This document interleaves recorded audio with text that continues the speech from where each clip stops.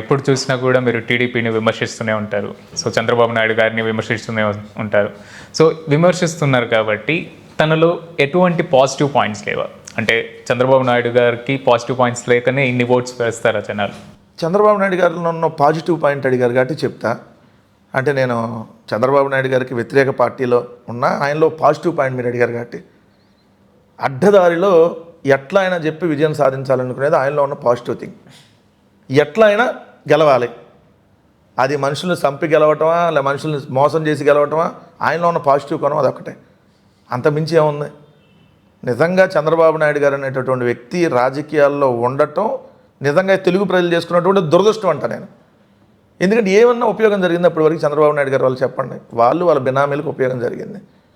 ఈరోజు కూడా చూస్తుంటే అనేక కార్యక్రమాలు రాష్ట్రంలో చంద్రబాబు నాయుడు గారు మోసం చేసే కార్యక్రమాలు జరుగుతున్నాయి తప్ప మంచి చేసే కార్యక్రమాలు ఎక్కడున్నాయి? సో చంద్రబాబు నాయుడు గారిలో పాజిటివ్ చెప్పాలంటే నాకు చెప్పింది అదే. వీళ్ళు ఎవరినైనా మోసం చేయగలటం ఆయనలో ఉన్న పాజిటివ్ థింకింగ్. సో అంతకుమించి ఆయన అదే పాజిటివ్ అనుకుంటాడు. ఆయనకి అడ్వాంటేజ్ ఏంటంటే అందరిని మోసం చేయడం ఆయనకి అడ్వాంటేజ్ అవుతా ఉంది కాబట్టి దాని ద్వారానే గట్టిన అవుతున్నాడు కాబట్టి అదే పాజిటివ్ థింకింగ్లో మళ్ళీ పోతున్నాడు. సో చంద్రబాబు నాయుడు గారు అనేటటువంటి వ్యక్తి నిజంగా ఇదిగో ఇందా చెప్పి రాజశేఖర రెడ్డి గారికి చంద్రబాబు నాయుడు గారికి కంపారిజన్ వచ్చినప్పుడు ఇప్పుడు 4 సార్లు ముఖ్యమంత్రి. మనం ఇంటర్వ్యూ చేస్తున్న సమయానికి చంద్రబాబు నాయుడు గారు 4 సార్లు ముఖ్యమంత్రి.